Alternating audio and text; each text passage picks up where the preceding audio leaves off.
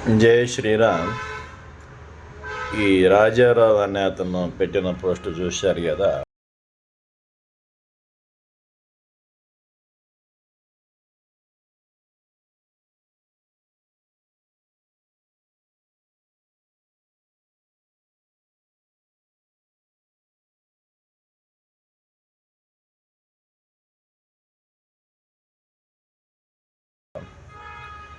SC ST పిల్లల్ని స్కూల్లో join చేసేటప్పుడు మతం అనే దగ్గర బౌద్ధం అని పెడితే ఏ ఇబ్బంది ఉండదుట.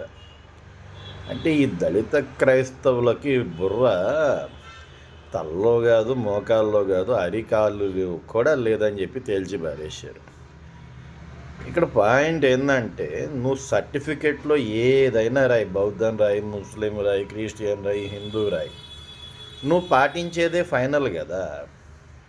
నువ్వు బౌద్ధం రాసినంత మాత్రాన్ని నువ్వు బౌద్ధ మతం పాటించకుండా క్రిస్టియానిటీ పాటిస్తుంటే, నువ్వు చర్చికి వెళ్ళే ఫోటోలు పాస్టర్గాను లేకపోతే ఇంకోటిగా ఉంటే వాటి వీడియోలు, నువ్వు చర్చిలో పెళ్లి చేసుకున్న విధానం ఏదైతే ఉందో అవి తీసుకొని తర్వాత అయినా వాడి రిజర్వేషన్కి ఎఫెక్ట్ అయ్యే విధంగా పోరాటం చేసేవాళ్ళు ఉంటారు కదా.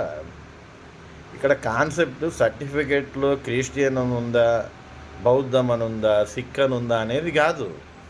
నువ్వు ఏ మతం పాటిస్తున్నావు అనేదే పాయింట్.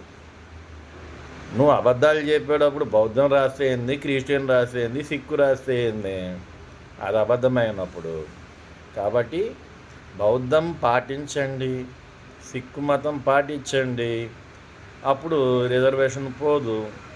క్రిస్టియానిటీ పాటిస్తూ నువ్వు బౌద్ధం అని రాసుకున్నా, హిందూ అని రాసుకున్నా, నాలాంటి వాళ్ళకి సమాచారం అందినప్పుడు ఎదుర్కోవాల్సి ఉంటుంది. జై శ్రీరామ్.